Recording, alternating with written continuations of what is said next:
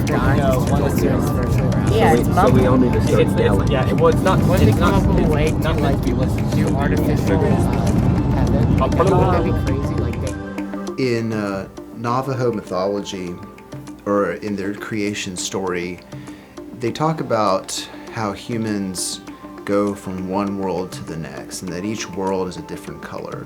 And I think the first thing that really makes the trip unforgettable is when you are driving into the Navajo Nation, you know, from Phoenix to Tuba City. Most of the way, it looks like what you would think of as desert. Browns and grays, some like light greens, you know, all over the landscape.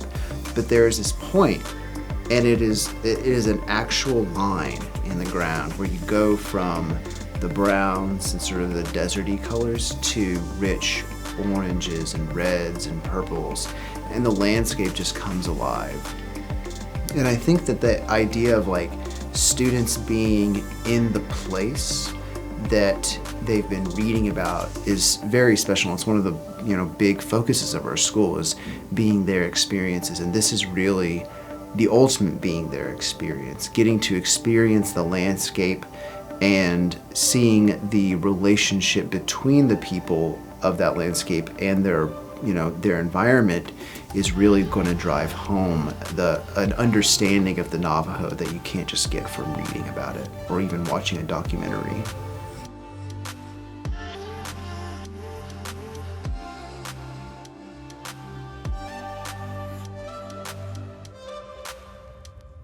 We want our students to come here, whether in pre-K or whether they're seniors, to come to a school that brings education to another level. It's not going to be the same type of education that you're going to get at a large public high school down the road. So the first half of the senior year, we teach economics, but after that class is done, we transitioned into a different class called World Studies. For the senior class, they begin by studying Navajo culture, the history of the Navajo people, and sort of the relationship between them and the US government. Why should we sit around and read about this culture when instead we can go and experience it firsthand? You have a place where, you know, almost no one looks like you, where people speak different languages, they eat different foods. There is a vast socioeconomic difference between the Navajo today and between people living in East Tennessee. So for Amizade, it is a travel group, or it's a travel organization for, you know, young people, groups, and for them, service is an important component of the travel. But what they consider service isn't the same necessarily as what you would expect from like a mission trip or other like service organizations. For Amizade, the most important service element is just listening. We wanted a trip that wasn't just going to be remembered as a fun time, but it is a transformative experience. Some of our students may come home and maybe their perspectives of themselves have changed. Maybe the perspectives of how they live or where they live changes, but I guarantee you that every student who comes back from this trip is going to have some sort of new thought or new idea of how they live or how the world around them works. And so I really hope our students come home with the idea that, it may be cliche to say, but I want our students to come home to see that the world is different around them. Like, it's completely different outside of East Tennessee. And I'm hoping they come back with some sort of purpose for themselves. However it changes them, it could be big, it could be small, but my hope is that every student comes back and is able to step back and think, wow, that's a lot different than what I've ever seen or ever experienced before.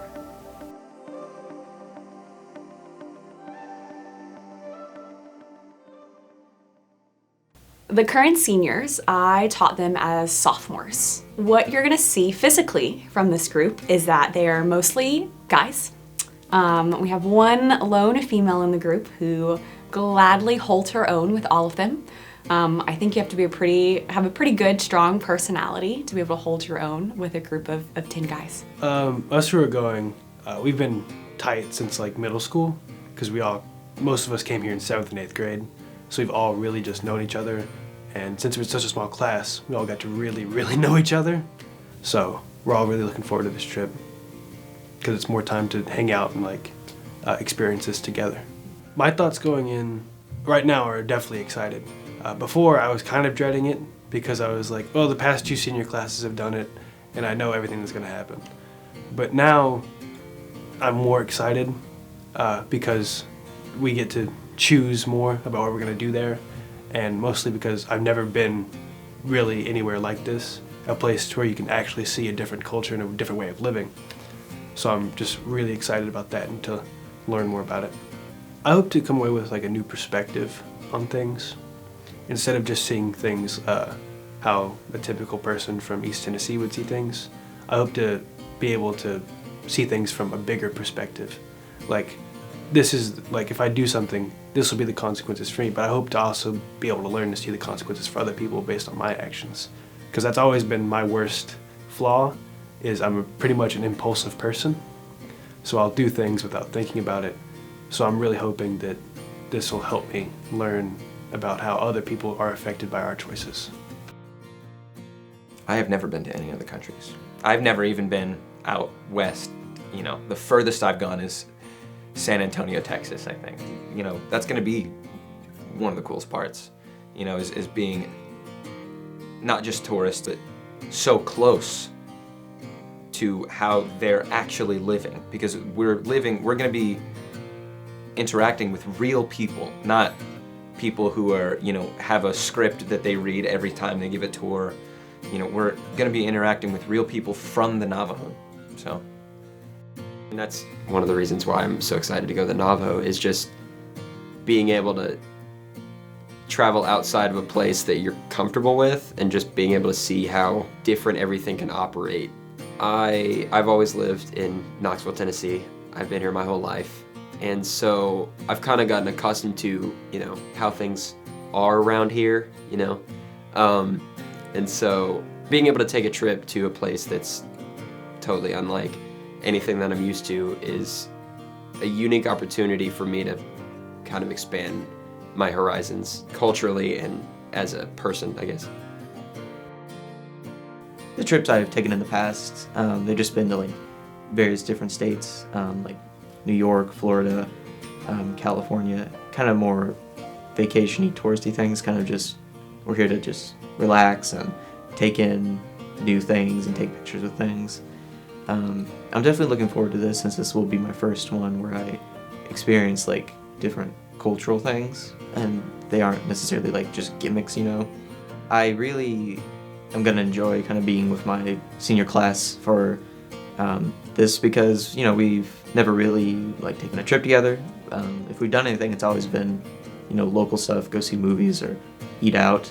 And I think it'll be definitely fun to kind of bond with them on a different level. And since we'll be like sharing rooms together, I think that'll be an interesting challenge. Yeah, kind of a nice little ease you in to like college life or life. Be definitely interesting to see how we kind of live without like our parents and things like that. Hey, Mom.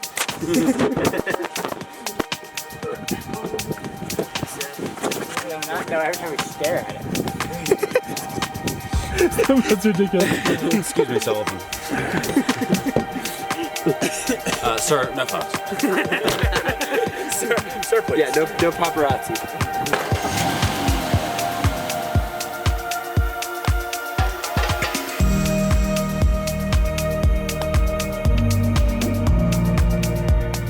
Hiking in Canyon de Chelly, the first day that we were there, was like, it like started the week off like so high. I love being able to challenge myself physically. I think that that is a huge part of what makes me me.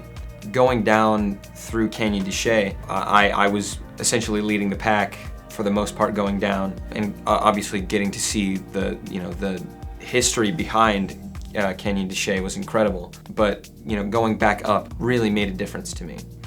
So Miss Kennedy, one of our teachers that went on the trip, I guess we were being a little bit rowdy because it was our first day, and all of a sudden she said, okay, no talking. And so no one talked. We were all silent the whole way up.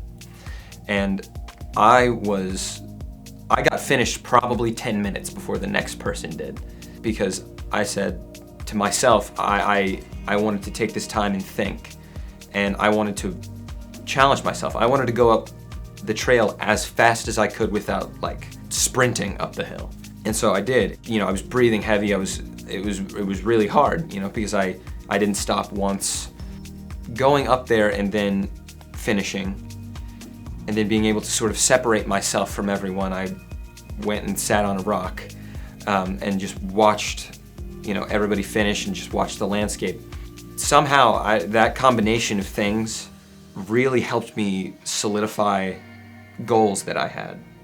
And it also helped me really appreciate what we were experiencing, what was going on, because I think that I went into the trip thinking that there's no way that I could know any more about my friends, there's no way I could know any more about myself, and it's hard to express how wrong I was. I felt like I learned more about myself and my friends and my classmates and even my teachers on this trip than I have in 4 years of you know, being with my teachers and 7 years being with my friends. And so the first day, that feeling was already set up for me. And it really helped me go through the rest of the week thinking like that, thinking very open-minded. And so Canyon de Chelly was, I'd say, by far my favorite part of the whole trip.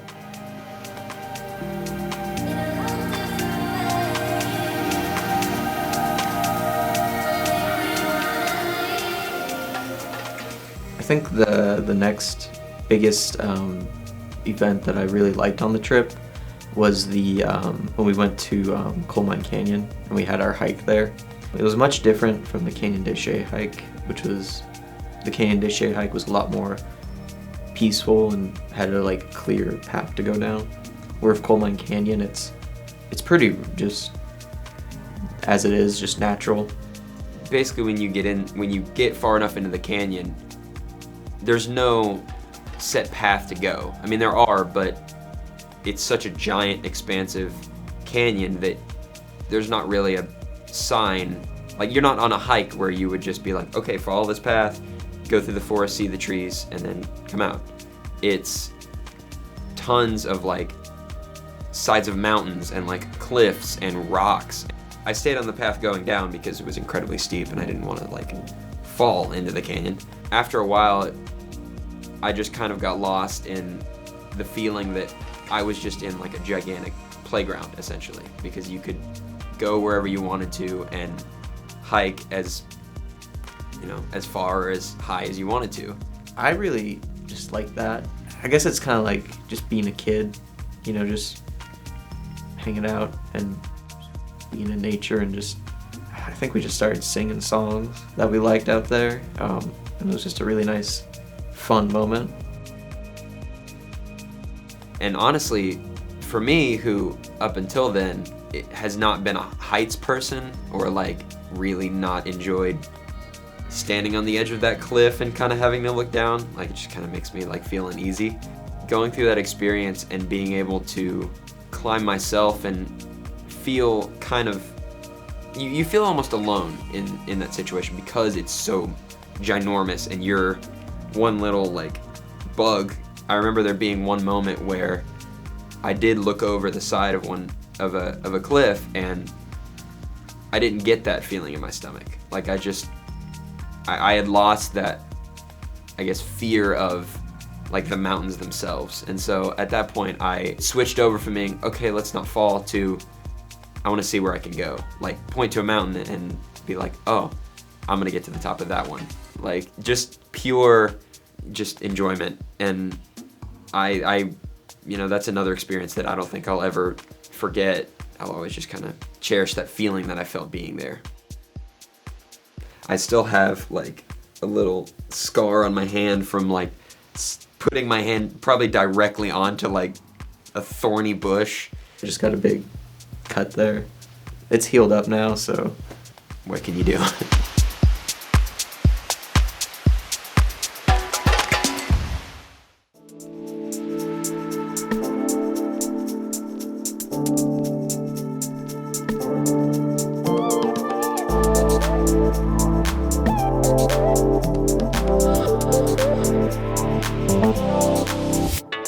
One of the days on the Kaibetoni farm, we did a sweat lodge. There was a guy's sweat and a girl's sweat. That was definitely something that was unlike anything I had ever done before. With the sweat lodge, it is a dome of like tree branches that have been woven together, covered in enough blankets on the outside to where when you're on the inside, you can't even see your hand in front of your face. Like, it's completely pitch black. We made a makeshift door with one of the blankets. And so inside of the sweat lodge, there is a sort of a pit in the ground. And what they do is, for a couple hours before you do the sweat lodge, is they heat up these rocks that they call grandfather rocks, because they've been here before us and they'll be here after. And they heat them up to insanely hot temperatures, and then they will shovel a bunch of them and put them in a dug hole in the sweat lodge. And then whoever wanted to participate, they went inside the sweat clockwise and gathered around and sort of huddled up in a ball, and then the door would close. And you, and for us it was like 10 guys, would crowd around those rocks that are incredibly hot in an enclosed space that is very insulated. And we would have a bucket of water next to one of our guides, and periodically he would throw water onto the rocks. So, of course, the steam would get incredibly intense at some points. It's traditionally 4 rounds, and each round gets hotter as you go. They throw more water onto the rocks and add more rocks. And so the first round was sort of an introduction, like, who are you? What's something that no one knows about you? And then throughout the next 3 rounds, there are different topics that are discussed. It's mostly prayers. One of our guides sung several prayer songs. And for me, it was weirdly amazing to experience that kind of uncomfortability, that sort of suffering almost, together with people. And so being in that uncomfortable situation and enduring that with people, it was weird. It freed your mind. I know that we talked about things in the sweat lodge that I think would probably have never been spoken about otherwise. It was very, very personal conversation about how we feel, our goals for some of us. The sweat lodge is to talk about anything. You can talk about anything. But for us, for some reason, it freed this part of our mind that was holding us back from saying a lot of the things, a lot of the personal things, sharing a lot of maybe our struggles and our some of the things that we're just not comfortable sharing normally. I've never done something that emotional reflection among like a group of people. I think being in the dark kind of makes it a little bit easier to open up to people, because you don't see eyes of judgment or things like that. And I didn't really feel any judgment there. You could just express yourself, how you were feeling, and things that were bothering you or people that you loved. And I've been like in classes with these guys, and I've been friends with them for like about 7 years, and I don't think any of us kind of like have done that before, just rawly opened up. And I think that's why I kind of started, I think it was in the 4th round, started to cry a little bit. I don't know, it was just it was such a good moment, so I guess it was more of a happy cry than like a sad cry. No walls of defense, we just existed there, and so it was pretty nice. And very, like, we all feel a lot stronger now, So I think it was a really nice experience to be in the lodge and be with everyone there and kind of learn something. We did 5 rounds of that, basically going in there, either singing a song or talking to each other, and trying to stand it as long as we can, and then all of us getting out, cooling off, drinking water, and then going back in. I did that personally 5 times, and the 5th time I asked afterwards, you know, about how hot, if you had to guess, was that, and I think it was Mr. K that said it was about 125 degrees, maybe 130 if we're stretching it, but it's such an interesting feeling because you feel so gross, like just kind of sweating out of everywhere and being like so hot to where like breathing through your nose like hurts, and then going outside and rolling around in very cool, very refreshing sand to try to cool yourself off, you know, covering yourself in this like dirt essentially, and then going back in and sweating more. You feel, at first you feel incredibly like dirty and you want like all the dirt off and to wash it off with water, but then after a few rounds you feel cleansed, but almost more like a deeper cleansing, because you're just all of the part of the point of it is to cleanse yourself of the impurities in your body. And so I feel like just after sweating that much, you really do feel like those kind of just gross things that you just kind of live with are kind of just out, and just kind of, you're just cleansed in that way. From now on, like, my like feeling of heat is gonna be so thrown off, because it'll be like 100 degrees outside and I'll be like, ooh, put on a jacket. Like, I don't know, just the feeling of like, I don't know, like feeling like you're on fire, will just, I don't know. I'm never gonna be like too hot again, I feel like.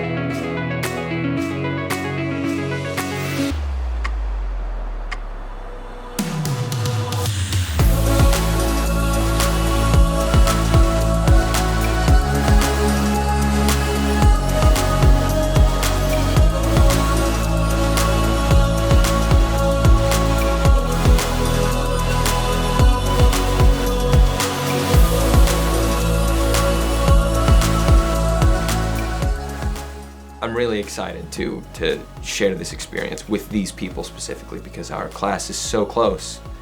It feels like I'm going with my family.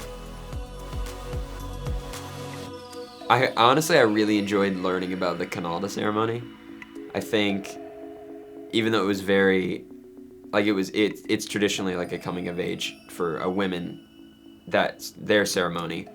I think learning about it and then getting to help Chloe participate in it and running around the halls and being able to cheer her on was a really cool experience, and a really interesting kind of cultural difference from the Navajo to how it is kind of around here. For the Navajos, they don't necessarily see puberty as like, you know, something that's bad or something to be ashamed of. They're kind of way more embracive of it. And I thought that was just very like interesting because of how different it is in our culture to theirs. And I think they kind of did it probably a better way of handling it, because they made, you know, they didn't shame the person for something they can't control. And it was interesting to hear that they kind of treat it kind of like I guess like a graduation or like a bar mitzvah, where the family comes in and they have like food and they have a party and come to cheer on the girl transition to a woman.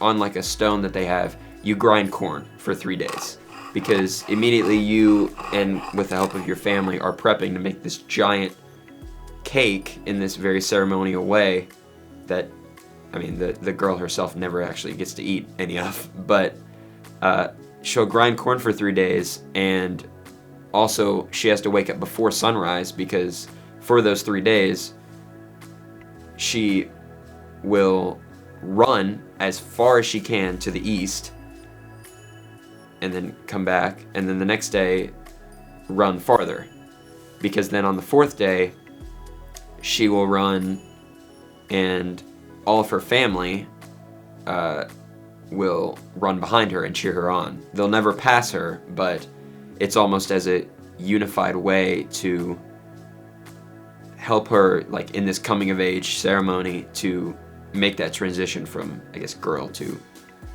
like adult woman. Getting to do it with Chloe and having her dress in this very specific Canalda dress that you wear. For her it was like a very deep blue, and she wore a certain belt, and I think there was a necklace or earrings or something as well. And I'm kind of glad we got to sort of be there for Chloe and her Quinalda. And I think it was like a really nice sort of, just like a fun thing. Sort of when they had her, as part of like the tradition, they had her run. We had her running through the hallways, and we all followed after her, chanting Yago. Okay, go. All right. I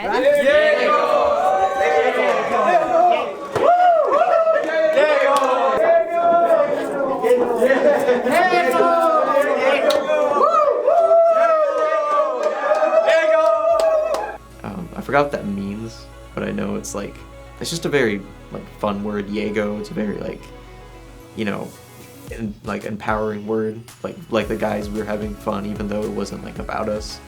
And I think Chloe also enjoyed it. I don't know how she felt about wearing the dress, but You know, that was a really cool experience to be a part of and learn about.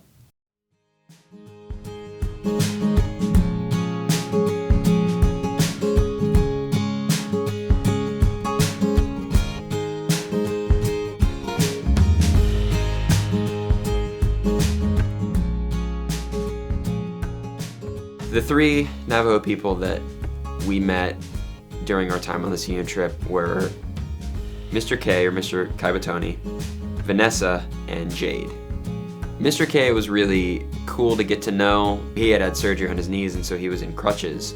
It was powerful to me to see that even though he may be limited by that, he was still willing to take us through the experiences that we were going to go on. And even during our service days, maybe not be able to help as much, but being able to guide us and knowing, you know, okay, this steak needs to go here, or it needs to go this way because I have the experience to tell you that, and so I'm teaching you this. In Vanessa, I think a lot of us found like another grandmother. She was very compassionate and very helpful with any of our questions that we may be too embarrassed to ask. And so I think she brought a very warm and welcoming environment to the trip. Jade was awesome because she was immediately very open and willing to welcome us in and show us how growing up in a Navajo culture and being a Native American and finding ways to embrace tradition and culture in very contemporary ways. And I think overall, for the 3 of them to give off that very open and welcoming like tone, I think for us it allowed us to really be comfortable learning and asking questions about a culture that we don't have any experience with.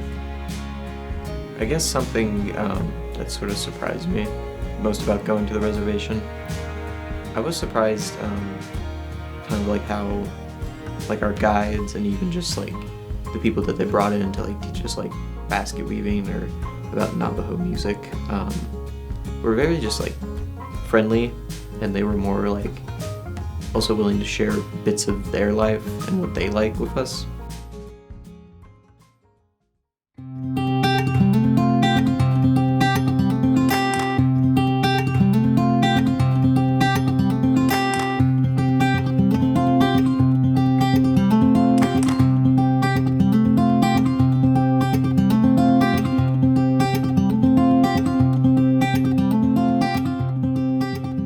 Honestly, I really enjoyed the trip.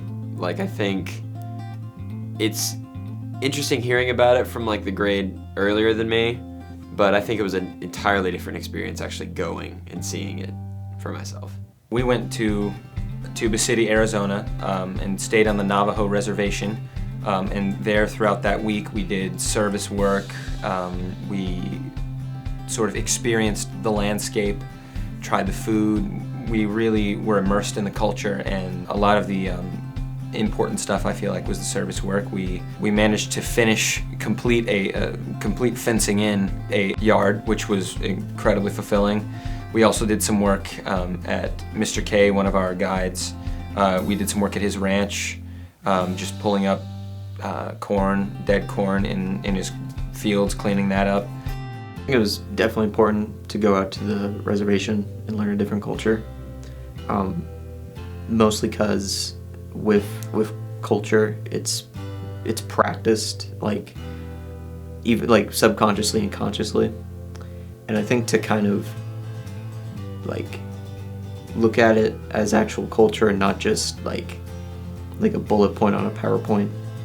You have to be there and live with them and go through like a day-to-day thing. Daily life for people on the reservation is obviously incredibly different. You know, on the Kaibutoni farm where we were working and spent most of our time, they had one indoor bathroom that I actually don't think worked, and so they had 3 or 4 outhouses that you had to use if you had to use the bathroom. For food, they have to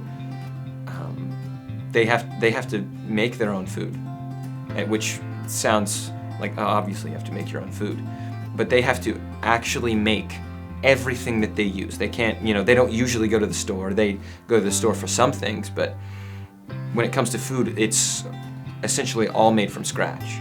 They have animals out there that they use in their dishes, perhaps daily.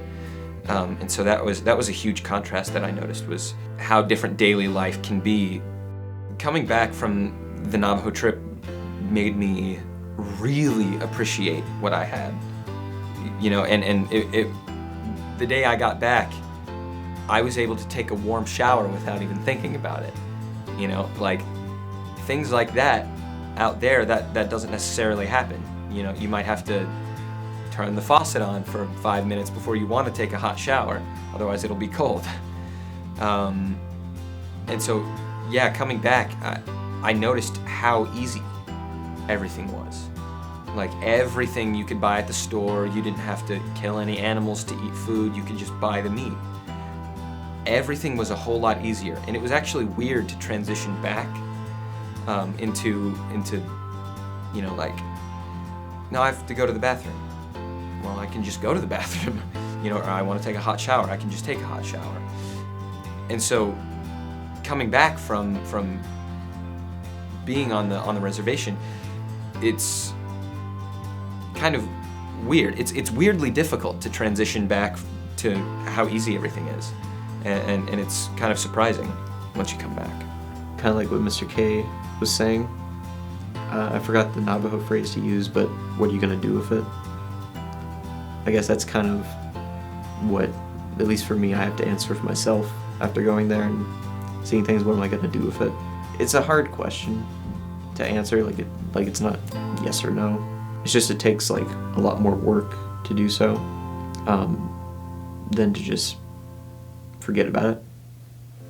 I think there's a little bit of maybe skepticism that comes with it, with like hearing about the trip, like, oh, you guys are saying, throwing around words like, impactful and life-changing, and your natural response is to question if that could happen for you.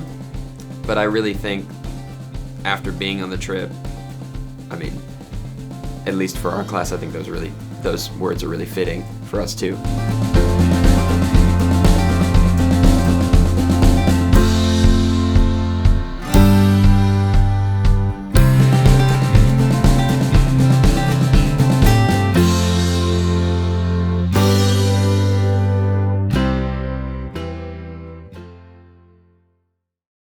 over there in the This wrong. is when I remember that you guys are teenagers. Yeah.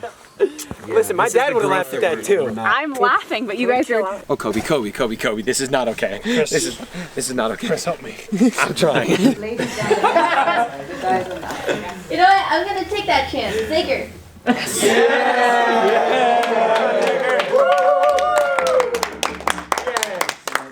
You're gonna regret this. At 7:30 a.m. local time, Central Time, this morning at the Chicago O'Hare Eli's Cheesecake Station, we purchased a white chocolate raspberry cheesecake for $75. It has been put in this freezer container, which is supposed to keep it good for 4 hours. It has been 11 and a half hours. It's perfect. Yes. Okay, we need to save at least one slice. This is such a good cheesecake. This is what we've been waiting for over 12 hours. This is a gorgeous what got me- cheesecake. I want a photo of This is why we made it this far. We're here to Mr. sell you Nelson, cedar. Mr. Nelson, you got a fireplace in your house? I do. You ever want to turn it on? No. If you do. Okay, I bet you. Say yes. I bet you in the winter, when the heating system you new people are so fangled about breaks down, you're gonna want some cedar. Now you might. We've got a small. guys, did we build a fence? We built a fence. this fence? We built a fence. Whoa! Over a 2-day period. We did all of them. Listen, there's a bunch of types of fencing school, okay? And they cover it all over there. Got it. You want your cover, Mr. Raw? Yeah.